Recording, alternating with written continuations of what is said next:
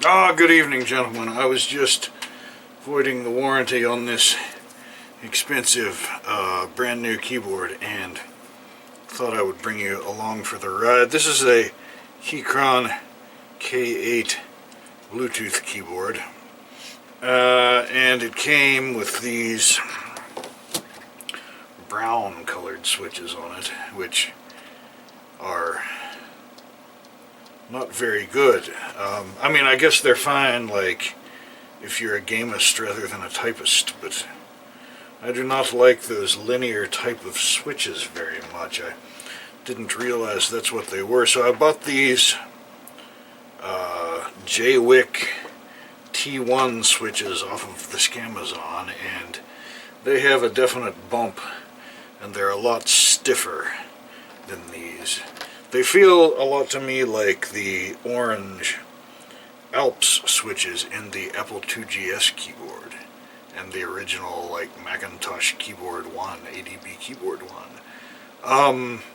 Those are my favorite keyboards. So, but unfortunately they're not Bluetooth, so hopefully this will be. I seem to have lost my solder, so let me find it so that I can desolder these last few switches that I didn't get all the solder sucked out of.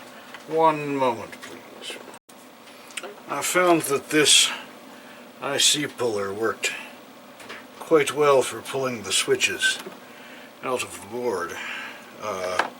Otherwise it's a fiddly affair pushing these notches in at the same time on both sides. Yeah, so when I get the rest of these out of here, I assume that all of these stabilizers are just going to fall out the bottom, which is going to be annoying, but we shall see. Yeah, those stabilizers are going to fall right out of there if I turn the plate over, but there's the board, and as you can see, it's covered with RGB LEDs. I hate RGB LEDs, but this keyboard, when you switch between different Bluetooth devices, it uses these up here on the number row to tell you which one you've got selected. So I was going to leave them in there, however, I did a stupid. Have you guys ever done a stupid? I've never done a stupid. This is the first time I've ever done a stupid. So these switches, I thought, well, I'll just get these that are closed on the bottom, so that I just can't see the fucking LEDs through them very well. They've got these little holes, so I figured, yeah, they can just shine through those little holes and I'll be able to barely see them, and that'll be good enough. However, the LEDs are tall on the board, and when you put the switches in, it hits them, which is annoying. And in addition to that, these switches have these little plastic feet on them, which these switches lack. So I'm going to have to just desolder all of these LEDs, I guess. This is going to be a real pain in the ass. I could probably just break them off of there too, but I kind of hate to. I might fuck the board up. Although it's not like I'll be using the traces that the LEDs were attached to, right?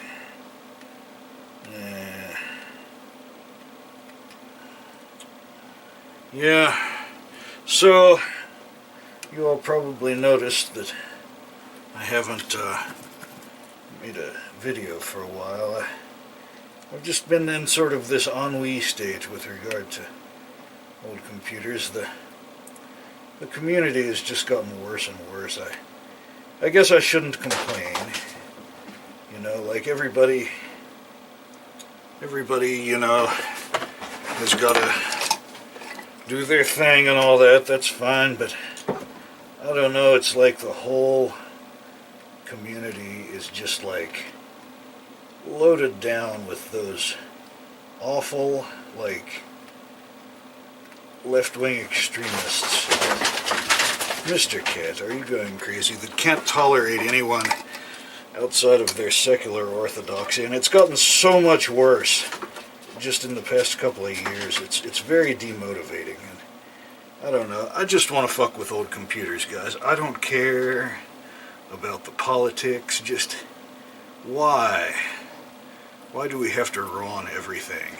We don't have to agree on politics to enjoy old computers together. The idea that we would is ridiculous. Why?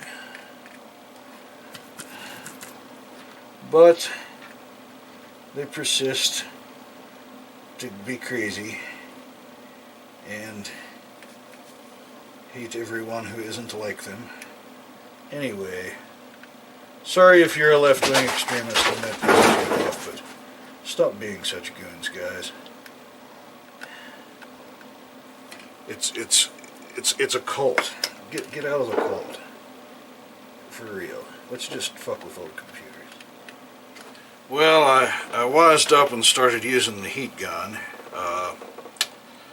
instead of the soldering iron, but then my shitty Chinesium heat gun gave out on me and I had to finish with the soldering iron, so I did end up fucking up a couple of traces, but it's not like we're gonna, I mean, it's hard to heat both pads at, at the same rate with that iron, but I mean, we're not going to be putting LEDs back on the thing, so I just pulled the traces up to the next pad and cut them off. That way they won't flop around and get against anything they shouldn't.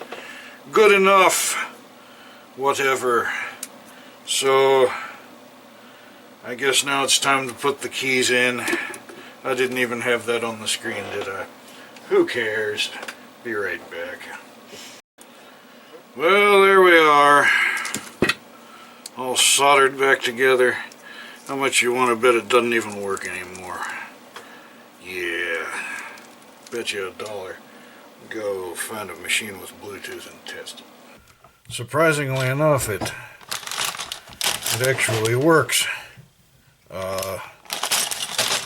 Kind of dumbfounded because I'm a complete fraud and I assumed it would be broken. So, yeah, that's it. I'm just going to use it like it is. I'm never going to put any keycaps on it. Like most of my projects, it's just going to sit here and I'm never going to finish it. So, bye.